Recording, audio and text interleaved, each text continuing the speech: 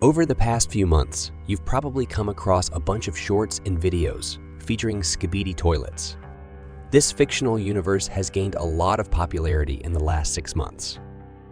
The mastermind behind this grand project is Daft Boom, also known as Blue Gray. He used to post humorous and absurd videos on his channel from various gaming universes. The creator had a unique style, partly reminiscent of the Half-Life universe's atmosphere, mixed with old, absurd, and simple jokes from the 2010s. Watching his early videos reveals the techniques he used to capture the audience's attention. Blue Gray experimented with content for a long time until he found his niche.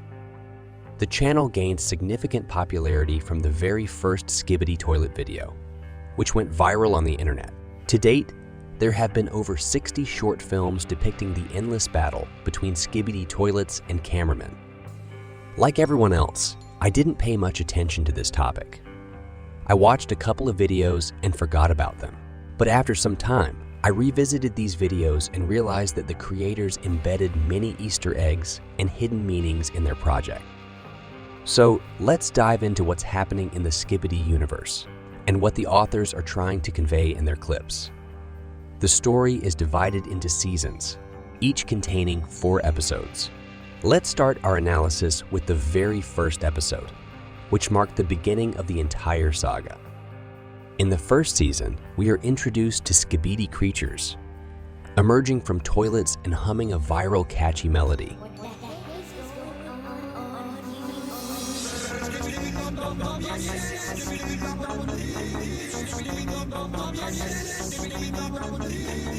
The absurdity of this spectacle inevitably grabs your attention. As it turns out later, the heads sticking out of the toilets aren't just singing. This catchy song serves as a kind of language for them, a means through which these strange beings communicate with each other. In the following episodes, the plot starts to unfold. We see a crowd of little Skibidi creatures led by a massive leader.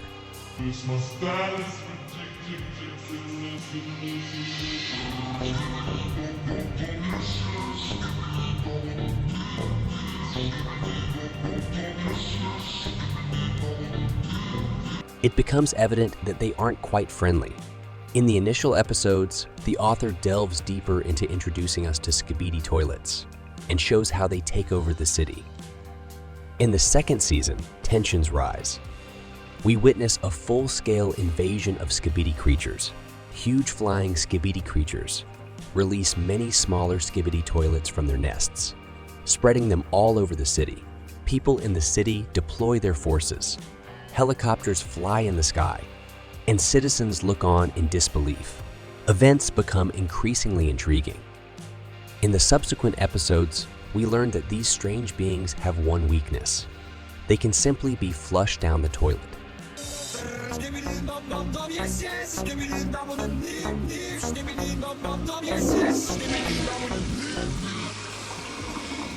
Soon, a new type of human troops is introduced. These soldiers are humanoid beings with cameras instead of heads. One might reasonably ask why they have cameras instead of heads. There's a theory that Skibidi creatures can create similar beings from defeated humans. This suggests that Skibidi creatures have triumphed, leaving only human bodies behind. We see that Skibidi toilets always attack the victim's head. It's just a hypothesis. But what if the headless humans somehow manage to implant cameras and continue the fight? Then they would be fighting their own heads, which Skibidi creatures have managed to subdue.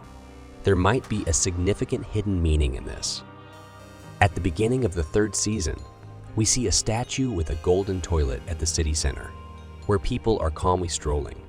On the toilet, there's an image of the same Skibidi creature we saw in the first episode.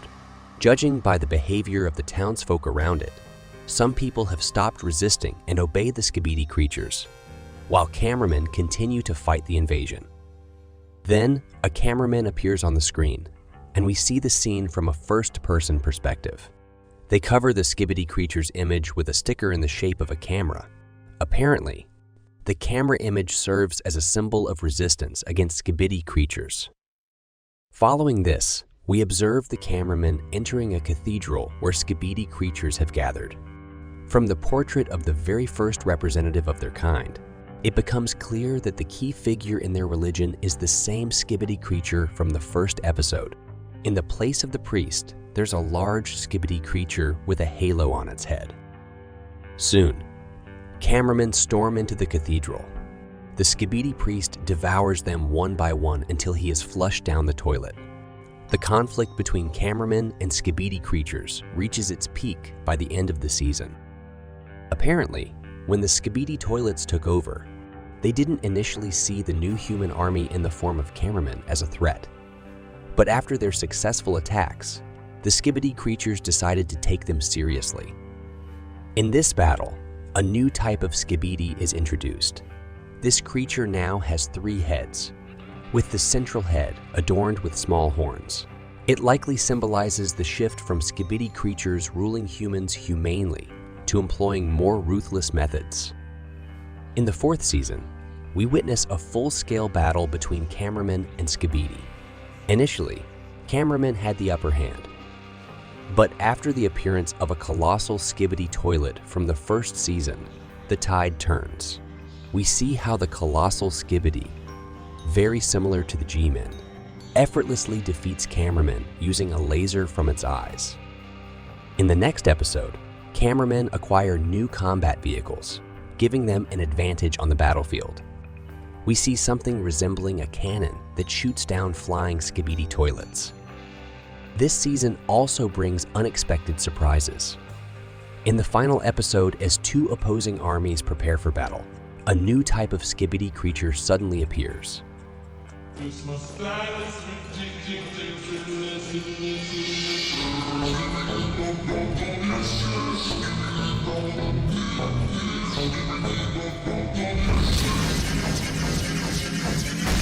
This creature is made of a metallic frame with turbines placed around it. It eliminates all its allies, destroying them, and charges towards the cameraman. Perhaps this type of Skibidi creatures is a kind of deviant, destroying everything in its path. At the beginning of the 5th season, cameramen create their hybrid, which is a camera attached to a toilet. They designed this mechanism to easily infiltrate the Skibidi laboratory and gather information about their plans. After a while, once the scout infiltrates the laboratory, the Skibidi creatures quickly realize that something is amiss. They immediately recognize that the newcomer is not one of them. A new creature attacks the scout, resembling a spider. Apparently, it was a new development. At the end of the season, cameramen initiate a new plan. They hide on the roof of a building near the location where the Skibidi creatures have gathered. Leading the Skibidi creatures is the same individual who previously annihilated the cameraman's army with its laser eyes. Therefore, it was crucial for them to eliminate him. At that very moment, when the leader, the G-Man, was giving instructions to his subordinates, a cameraman used some device to release a laser beam at the gathering of Skibidi toilets. Soon, a laser beam emerged from the inferno, hitting the Skibidi leader and exploding the setup. The cameraman's plan failed. None of the Skibidi toilets were eliminated. They were discovered, and the Skibidi creatures swiftly headed towards them. In this scene, we see those spider-like Skibidi creatures shown at the beginning of the season, climbing walls with their limbs. The cameramen desperately tried to escape, but they were caught by the G-Man, who destroyed them. In the 6th season, a new development is introduced, a giant cameraman who effortlessly handles all types of Skibidi creatures. We witness him crushing them one by one, instilling hope and confidence in victory among his allies. This colossal cameraman managed to defeat the triple-headed Skibidi, which we saw in previous seasons.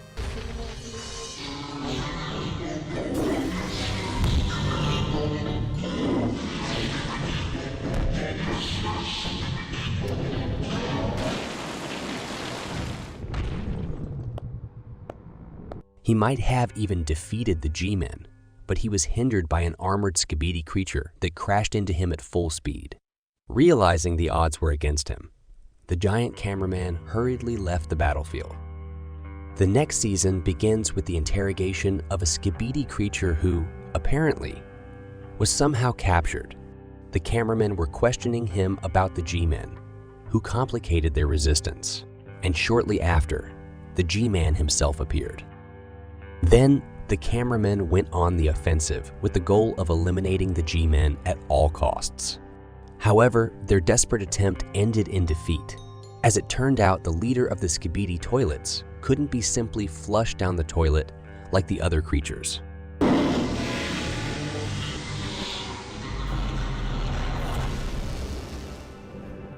In the last episode of this season, we see the giant cameraman being repaired in some laboratory, invaded by Skibidi creatures.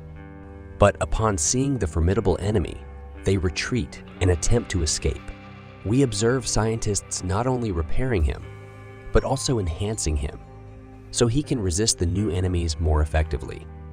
Finally, we've reached the 8th season. At the beginning of the episode, we see cameramen struggling with a large number of new types of Skibidi creatures.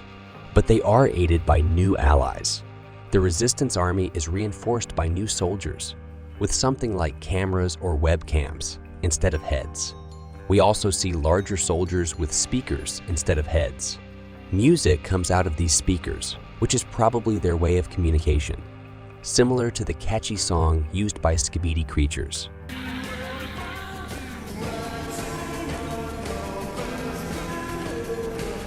These new types of soldiers handle enemies on the battlefield much better.